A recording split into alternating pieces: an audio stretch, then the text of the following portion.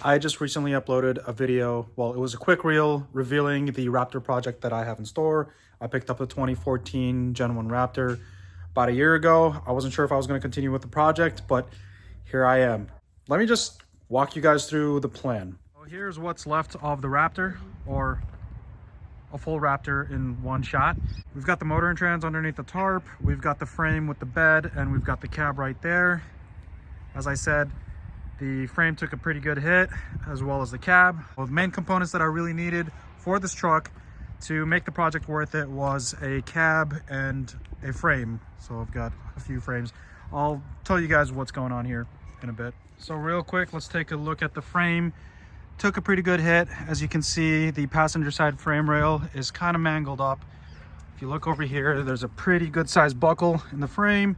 And then down here, we've got the ears for the lower control arms. As you can see, it was impossible for me to get a lower control arm mounted there.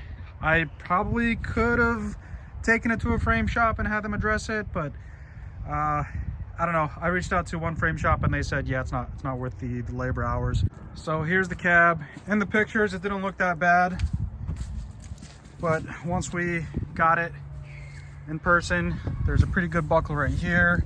And then when you open this up, I took apart the carpeting and the bezels, and yeah, there's some good buckling, including a pretty good buckle right there. And if we look in the wheel well, well, first up here, the hit was so bad that it, shattered the windshield, as well as this whole area is kind of like crumpled up. Let's see if we can. So after doing some research, I found out that the cabs and the frames are interchangeable with the standard F150s. So I went ahead and bought a parts truck from Minnesota. This is a flood title truck from Minnesota. It was a 2012 F150, same wheelbase as the Raptor. I was planning to use the frame as well as the cab, but when it showed up in person, just the condition of the cab and even the frame, I wasn't too thrilled about. I was gonna make way and use the frame, but the cab, if you notice, it doesn't have a sunroof, whereas the Raptor does have a sunroof. I was willing to, delete the sunroof if the cab was clean, but the cab corners and underneath on this cab were a little more rusty than I wanted. By the way, all the parts, this came as a complete truck and I ended up parting it out. It had the Coyote in it as well, but it was locked up. Kind of useless to me. I know some people commented on my TikTok saying, hey, why don't you just use the Coyote out of that? Well, it was locked up and I just didn't want to go through that work. Plus, we've got a good 6.2 right Here's the frame off the Minnesota truck. It is clean for a northern truck. A lot of it's surface rust, but over here, right underneath like the front end of the cab, there was a decent size hole or some weakness right there, and I took a hammer to it and got that Swiss cheese hole right there. Other side doesn't have, other side's not weak yet, but it's getting there. Excuse the mess, guys. I'm trying to rush this project before the snow comes falling on us. Yeah, here's the Raptor.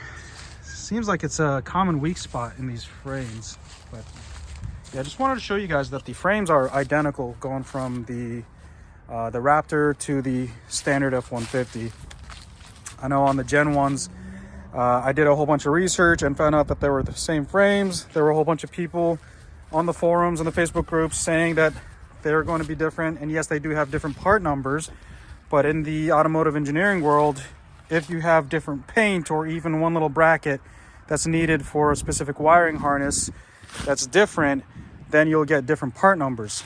Otherwise, dimensions, all that, it's pretty much the same. There's even groups and forums dedicated to standard F150s that do Raptor swaps, and literally everything from a Raptor, rear diff, front suspension, moves over to the regular frame on the F150s. So going back in the timeline, at this point, I had a good frame. I wasn't too thrilled about that cab. I was starting to prep this frame, getting it ready. And in the meantime, while I was doing that, I was trying to source out a cab. I did find a blue cab down in Tennessee, which is about a 9 to 10 hour drive from us.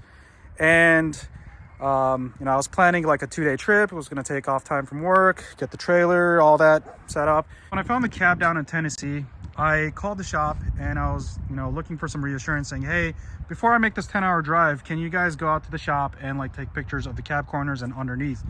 And they just didn't want to accommodate that. So that was like a red flag. I was kind of desperate at this point. I was still planning this trip. I was planning this trip on like a Wednesday.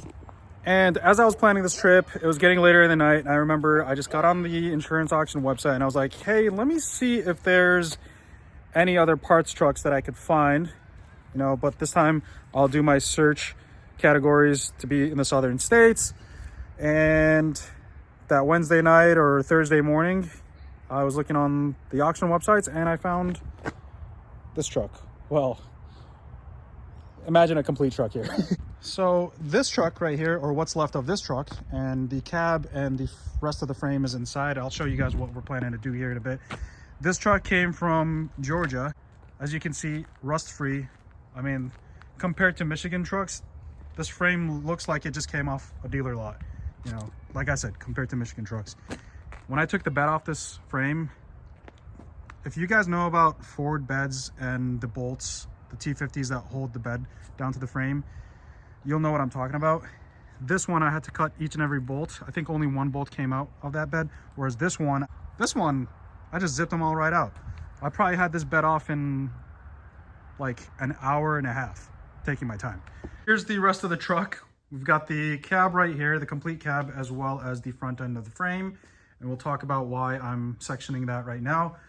The cab, I looked at the pictures online and looked that it was an engine fire. I went ahead and took the risk.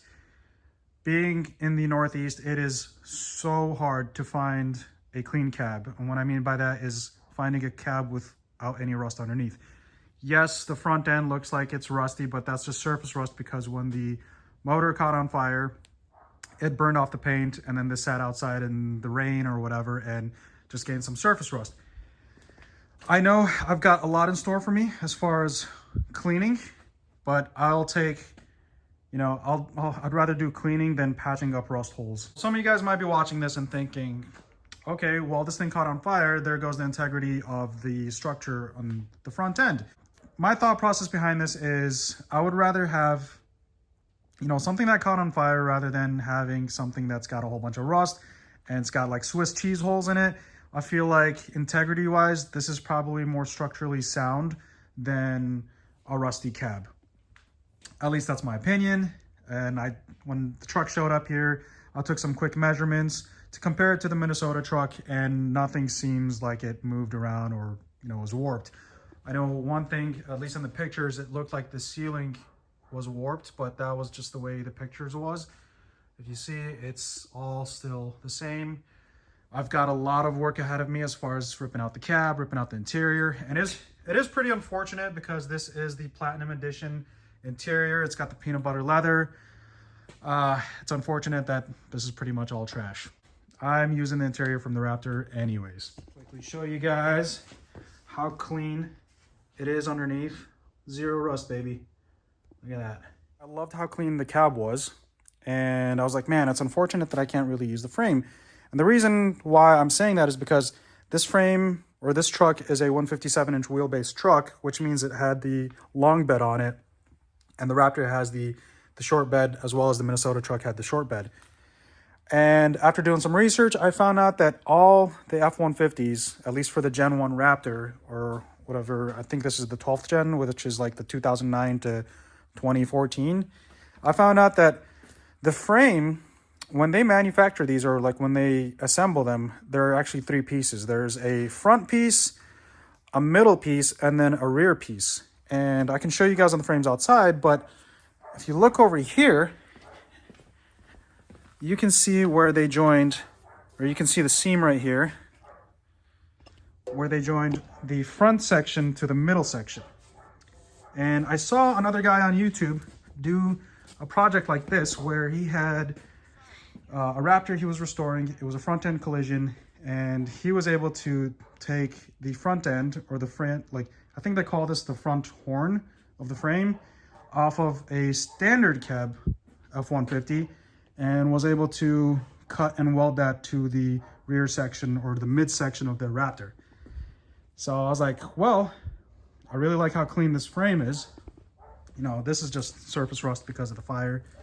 But if you look over here, clean, you know. The Raptor as well as the Minnesota truck, it's got, you know, some pretty significant rust right there. My guess is on these F150s, this area is a common spot for like the AC when the water drops, condensation or whatever they call it. But that's my guess for why that's a common like rust spot on the other F150s.